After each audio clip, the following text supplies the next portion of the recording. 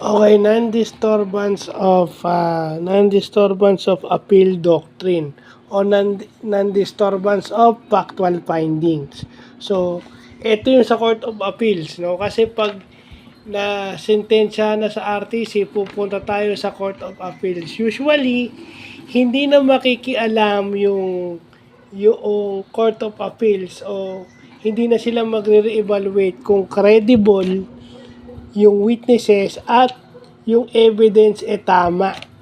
Okay? Kung tama yung evidence, makikialam lang yung Court of Appeal. So, kailangan patunayan ng abogado nung defendant o nung nasasakdal o ng accused o pag sa RTC nung culprit, kailangan patunayan ng depensa na merong overlook of facts. Kumbaga, na-overlook niya, hindi niya napansin.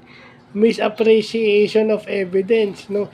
Hindi niya masyadong nakita yung evidence kung tama ba. Yung conflict in findings, no? Conflict, ibig sabihin na hindi tugma. Di ba?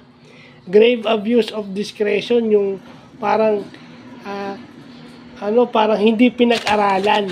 Hindi pinag-aralan yung ebidensya, no, kung tama ba, at yun yung sinasabing inconsistent yung ebidensya, yun.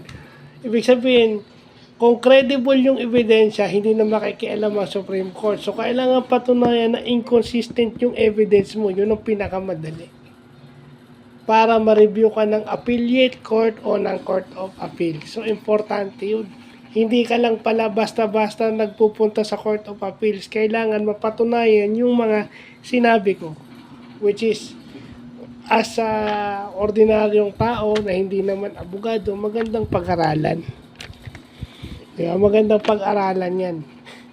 So, yun lang po.